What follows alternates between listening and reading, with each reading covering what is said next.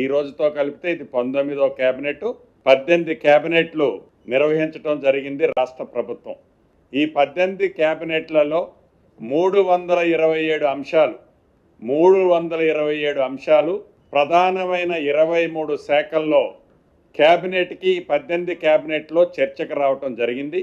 ఈ 327 అంశాలలో 321 అంశాలని కేబినెట్ ఆమోదించడం జరిగింది. ఏదైతే ఈ 18 కేబినెట్లలో కేబినెట్ ఆమోదించిన ఈ 321 అంశాలు 23 డిపార్ట్మెంట్లలో ఏ రకమైనగా ఆమోదించబడ్డ రాటిఫై చేసిన అంశాలు ఫైనల్గా పేదోడి కోసం చేసిన ఈ అంశాలు డెలివరీ ఎలా అయ్యాయి, దాని మీద మొదటిసారి దేశంలోనే ఏ రాష్ట్ర ప్రభుత్వము చేయని విధంగా ఈ 18 కేబినెట్లో అప్రూవ్ చేసిన అన్ని అంశాల మీద క్షుణ్ణంగా అంశాల వారీగా ఇంప్లిమెంటేషన్ ఎలా జరిగింది అనేది ప్రధానంగా ఈరోజు కేబినెట్లో డిబేట్ చేయటం జరిగింది. 96% అంటే 96% అంశాలు ఏవైతే కేబినెట్లో అప్రూవ్ చేయబడ్డాయో అవన్నిటి ఆల్రెడీ ఆర్డర్స్ ఇవ్వటమే కాకుండా వాటిని ఇంప్లిమెంటేషన్ స్టేజ్లోకి చేయటం జరిగిందనేది క్షుణ్ణంగా ఐటమ్ బై ఐటమ్ చర్చించిన తర్వాత ఈరోజు కేబినెట్ సహచార మంత్రులు, ఉన్నత అధికారులు, 23 శాఖలకు సంబంధించిన ప్రిన్సిపల్ సెక్రటరీసు, సిఎంఓ ఆఫీసు అందరం క్షుణ్ణంగా పరిశీలించిన తర్వాత గౌరవ ముఖ్యమంత్రి గారు, గౌరవ ఉప ముఖ్యమంత్రి గారు, సహచర మంత్రులు ఎక్కడైనా అంశాలలో వారి శాఖలకు సంబంధించిన అంశాలలో ఏవైనా ఇంకా మిస్ అయినవి ఉంటే వాటి మీద కూడా పూర్తి క్లారిటీ ఈరోజు ఇవ్వటం జరిగింది. దీనితో పాటు ఏదైతే రాష్ట్ర ప్రభుత్వం గౌరవ ముఖ్యమంత్రి గారి ఆలోచన కానీ ఈ ప్రభుత్వం యొక్క ఆలోచన కానీ ప్రతి 2 వారాలకు ఒకసారి ఏదైతే కేబినెట్ నిర్వహించాలని గతంలో నిర్ణయం తీసుకున్నామో, ఇవాళ 10వ తారీఖు కేబినెట్ జరిగింది. మళ్ళీ 25వ తారీఖు నాడు కేబినెట్ ఇప్పుడే ఈ కేబినెట్లోనే డేట్ ఫిక్స్ చేసుకుంటున్నాం. అదే పద్ధతిలో రాబోయే రోజుల్లో ఎవరీ క్వార్టర్లీ ప్రతి 3 నెలలకు ఒక్కసారి అంటే 6 కేబినెట్లలో జరిగే అంశాలు ఏవైతే ఉంటాయో వాటి మీద కూడా కేబినెట్లో తీసుకున్న నిర్ణయాలు ప్రతి 3 నెలలకు ఒక్కసారి కేబినెట్లో మళ్ళీ రివ్యూ చేసి వాటిని ఇంప్లిమెంటేషను, విధి విధానాలు, పబ్లిక్ డెలివరీ చేసే సిస్టమ్ ఎలా ఉందనేది రాబోయే రోజుల్లో ఆ పద్ధతుల్లో నడపాలి. దేశానికే ఈ రాష్ట్ర ప్రభుత్వం, ఈ కేబినెట్ ఒక ఆదర్శంగా ఉండాలి అనే ఆలోచనతో ఒక అద్భుతమైన నిర్ణయాన్ని ఈరోజు కేబినెట్లో తీసుకున్నందుకు మనస్ఫూర్తిగా రాష్ట్ర మంత్రిగా నేను కూడా చాలా వ్యక్తిగతంగా ఆనందిస్తున్నాను. అదే రకంగా మొదటి నుంచి కాంగ్రెస్ పార్టీ చెప్తా వచ్చింది, మా నాయకులు రాహుల్ గాంధీ గారు తెలంగాణ రాష్ట్రంలో ఇందిరమ్మ ప్రభుత్వం వచ్చిన తర్వాత కేంద్ర ప్రభుత్వం దేశంలో ఏదైతే విస్మరించిందో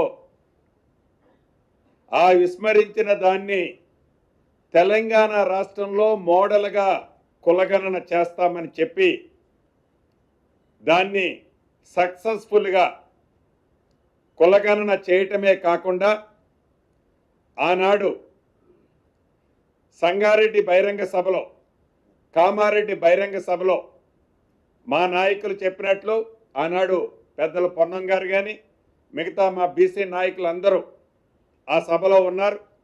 అన్నట్లు తప్పకుండా కాంగ్రెస్ పార్టీ ఇందిరమ్మ ప్రభుత్వం అధికారంలోకి వచ్చిన తర్వాత రోల్ మోడల్గా, పైలట్గా తెలంగాణ రాష్ట్రంలో 42% బీసీలకి రాజకీయంగా వారికి రిజర్వేషన్ చేస్తామని ఇచ్చిన మాటలో భాగంగా ఏదైతే మొన్న సర్వే కులగణన జరిగిన తర్వాత దాని ఆధారంగా 42%తో అసెంబ్లీలో బిల్లు ఆమోదింపజేసుకొని ఆ బిల్లుని గవర్నర్ గారి ద్వారా కేంద్ర ప్రభుత్వానికి చిత్తశుద్ధితో ఈ ప్రభుత్వం పంపించింది. పంపించడమే కాకుండా అనేక పర్యాయాలు గౌరవ ముఖ్యమంత్రి గారు, మా బీసీ శాఖ మంత్రివర్యులు, మిగతా సహచర మంత్రులు ఢిల్లీ పోయినప్పుడల్లా కూడా ఈ అంశం మీద అక్కడ సంబంధిత అధికారులతో, సంబంధిత మంత్రులతో అనేక పర్యాయాలు చర్చించారు. దాని మీద వారు ఎన్నో కొర్రెలు రాస్తూ వచ్చి డ్రాగన్ చేసే కార్యక్రమాన్ని చేపట్టారు. అయినా కూడా ఈరోజు కేబినెట్కి గౌరవ అడ్వకేట్ జనరల్ గారిని కూడా పిలిచి న్యాయపరంగా భవిష్యత్తులో ఏ రకమైన చిక్కులు రాకుండా ఉండే విధంగా బీసీ సోదరులకి మొన్న ఏదైతే సర్వే చేయబడిందో సర్వే చేసిన దాని పద్ధతిలో 42% రిజర్వేషన్లతో స్థానిక సంస్థ ఎన్నికలకి పోవాలని ఈరోజు కేబినెట్ నిర్ణయించటం జరిగింది. ఇక దీనికి కావలసిన విధి విధానాలన్నీ ఈ మధ్యనే రాష్ట్ర ఆనరబుల్ హైకోర్టు కూడా డైరెక్షన్ ఇచ్చింది. 3 నెలల్లో స్థానిక సంస్థల ఎన్నికల కంప్లీట్ చేయాలని వడివడిగా మాటలతో కాకుండా చిత్తశుద్ధితో లీగల్గా అడ్వకేట్ జనరల్ గారు లాంటి అనుభవజ్ఞుల సూచనలు సలహాలు తీసుకొని ఈ ప్రభుత్వం ఏదైతే డెడికేషన్ కమిషన్ వేశారో వారి ద్వారా రిజర్వేషన్లు ఇతరత్ర ప్రాసెస్ చేస్తూ ఇందిరమ్మ ప్రభుత్వము ఇచ్చిన మాట ప్రకారం 42% బీసీ సోదరులకి రిజర్వేషన్ ఇస్తూ స్థానిక సంస్థల ఎన్నికలకు పోవాలని నిర్ణయించినందుకు దాని మీద మా బీసీ మంత్రులు మళ్ళీ నేను మాట్లాడిన తర్వాత వారు కూడా మాట్లాడతారు. నా పక్షాన్ని కూడా రాష్ట్ర ప్రభుత్వాన్ని గౌరవ ముఖ్యమంత్రి గారిని అభినందిస్తున్నాను. అదే రకంగా దీంతో పాటు ఈ 42% రిజర్వేషన్ ఇచ్చేటప్పుడు ఏదైతే గతంలో 2018లో ఏ చట్టం అయితే ఉన్నదో ఆ చట్టాన్ని సవరించే అంశం కూడా ఈరోజు కేబినెట్లో ఈ 42%ని ఇంప్లిమెంట్ చేయటం కోసం ఆర్డినెన్స్ ద్వారా ఆ చట్టాన్ని కూడా సవరించే విధంగా కేబినెట్ ఆమోదించడం జరిగింది. అదే రకంగా రాష్ట్రంలో ప్రతిష్టాత్మకంగా ఉన్న 2 ఎడ్యుకేషనల్ ఇన్స్టిట్యూషన్స్ని యూనివర్సిటీలుగా కూడా ఈరోజు నిర్ణయం తీసుకోవటం జరిగింది. ఒకటి అమితి, ఇది మన దేశంలోనే కాదు ప్రపంచవ్యాప్తంగా ఒక 15 యూనివర్సిటీలను తీసుకుంటే అందుట్లో ఇది 11వ స్థానంలోనో 12వ స్థానంలోనే ఉంది. ఈ యూనివర్సిటీకి, ఈ ఎడ్యుకేషనల్ ఇన్స్టిట్యూషన్స్కి రాష్ట్ర ప్రభుత్వం యూనివర్సిటీగా, దీంతో పాటు Saint Mary rehabilitation education institution కూడా యూనివర్సిటీగా ఈ రెండింటిని గుర్తించడం జరిగింది. రాష్ట్ర కేబినెట్ ఆమోదించడం జరిగింది. దీంట్లో ఏదైతే అమితి యూనివర్సిటీకి సంబంధించిన దాంట్లో చాలా స్పష్టంగా గౌరవ ముఖ్యమంత్రి గారు, గౌరవ ఉప ముఖ్యమంత్రి గారు, ముఖ్యమైన సిఎస్ గారు వీరందరి చొరవతో తెలంగాణ రాష్ట్రానికి 50% సీట్లు కేటాయించాలనే అంశాన్ని కూడా ఆ మేనేజ్మెంట్తో ఒప్పించి ఈనాడు ఒక ప్రతిష్టాత్మకమైన యూనివర్సిటీగా తెలంగాణలో ఈ ఎడ్యుకేషన్ ఇన్స్టిట్యూషన్ని ప్రకటించినందుకు తెలంగాణలో ఉన్న విద్యార్థుల పక్షాన రాష్ట్ర ముఖ్యమంత్రి గారికి అభినందనలు, కృతజ్ఞతలు మీ ద్వారా తెలియజేస్తున్నాం. అదే రకంగా ఏదైతే ఈ రిహాబిటేషన్ యూనివర్సిటీకి సంబంధించిన సెంట్ మేరీ రిహాబిటేషన్ యూనివర్సిటీకి సంబంధించింది, దీంట్లో కూడా ఒక ప్రత్యేకత ఉంది.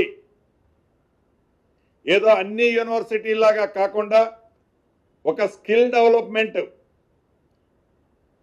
ప్రతి వ్యక్తికి ఏదైతే ఒక నైపుణ్యం ఉంటుందో ఆ నైపుణ్యాన్ని డెవలప్ చేసే దాంట్లో అన్ని సెక్టార్లో ఈ యూనివర్సిటీ భవిష్యత్తులో రొటీన్ యూనివర్సిటీ లాగా కాకుండా ఈ యూనివర్సిటీ తప్పకుండా దేశంలోనే ఒక రోల్ మోడల్ రిహాబిటేషన్ యూనివర్సిటీగా మన తెలంగాణలో కాబోతున్నందుకు చాలా సంతోషంగా ఉంది. అదే రకంగా ఇంకొక ఇంపార్టెంట్ విషయం, గోశాలకు సంబంధించిన అంశం. ఈ గోశాల పాలసీ మనం రాష్ట్ర వ్యాప్తంగా సుమారు 306 గోశాలలు ఉన్నాయి. ఈ గోశాలలు అయితే ఉన్నాయి, కానీ దీన్ని నిర్వహించే దాంట్లో ఆ పశువులకు సంబంధించిన తెల్ల పశువులకు సంబంధించిన అంశంలో కుప్పల తెప్పలుగా గోశాలలో ఉండే ఏరియా చాలా లిమిటెడ్ ఏరియా ఉంది. పశువుల సంఖ్య చాలా ఎక్కువ ఉన్నాయి. దీనికి సంబంధించిన దాన్ని కూడా మా గౌరవ మంత్రివర్యులు దీని మీద గౌరవ ముఖ్యమంత్రి గారి సూచనలతో ఆలోచనలకి ప్రభుత్వం అనుగుణంగా గౌరవ మంత్రివర్యులు కొత్తగా వచ్చిన దీని మీద క్షుణ్ణంగా స్టడీ చేసి ఈ పాలసీకి సంబంధించిన అంశాన్ని కూడా ఈరోజు క్యాబినెట్లో ఒక డిస్కషను చేయటం జరిగింది. దీన్ని ఇంకా కొన్ని మోడిఫికేషన్స్తో చేయాలి అనేది క్యాబినెట్ సహచర మంత్రులు గౌరవ ముఖ్యమంత్రి గారు సూచించారు.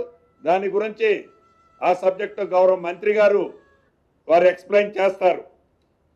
అదే రకంగా ఏవైతే రాష్ట్ర వ్యాప్తంగా అసంపూర్తిగా కేవలం ఆనాటి ప్రభుత్వం వారి వ్యక్తిగత లబ్ధి కోసం, వారి స్వార్థం కోసం ఏవైతే ఇరిగేషన్ ప్రాజెక్టులు అంతకు ముందు నుంచి పెండింగ్లో ఉన్న ప్రాజెక్టులు వారికి బెనిఫిట్ అయిన వాటిని టేక్ ఓవర్ చేసి 2%, 3%, 4% వర్కులు పెండింగ్ ఉంచిన కారణంగా 98% ఎక్స్పెండిచర్ అయినా సింగిల్ ఎకరానికి 1 ఎకరానికి కూడా నీళ్లు ఇచ్చే పరిస్థితి ఈనాడు ప్రధానమైన ప్రాజెక్టులను చెప్పుకుంటున్న ప్రాజెక్టులలో వ్యవసాయానికి ఆ నీటిని ఉపయోగించుకునే పరిస్థితి లేదన్నది రాష్ట్ర ప్రభుత్వం క్షుణ్ణంగా పరిశీలించిన తర్వాత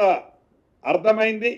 దానికి సంబంధించిన దాంట్లో ఏవైతే అసంపూర్తిగా మిగిలి ఉన్న ప్రాజెక్టులలో బ్యాలెన్స్ ల్యాండ్ ఎక్విజిషన్ ఏదైతే ఉందో ఈ రాబోయే కొద్ది రోజుల్లోనే వీలైనంత తొందరలో ఆ ల్యాండ్ ఎక్విజిషన్ని కంప్లీట్ చేసి ఆ బ్యాలెన్స్ వర్కుల్ని పూర్తి చేయాలని కూడా గౌరవ ముఖ్యమంత్రి గారు, అదే రకంగా నీటిపారుదల శాఖ మంత్రి వర్యులు ఉత్తమ్ కుమార్ రెడ్డి గారు కూడా ఈరోజు క్యాబినెట్లో డీటెయిల్గా ఎక్స్ప్లెయిన్ చేశారు మంత్రి గారు.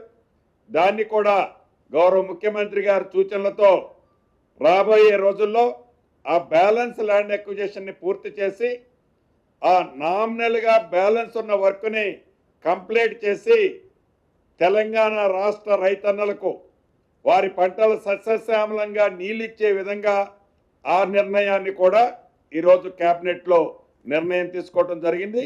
ఇప్పుడు గౌరవ పొన్నం ప్రభాకర్ గారు మాట్లాడతారు.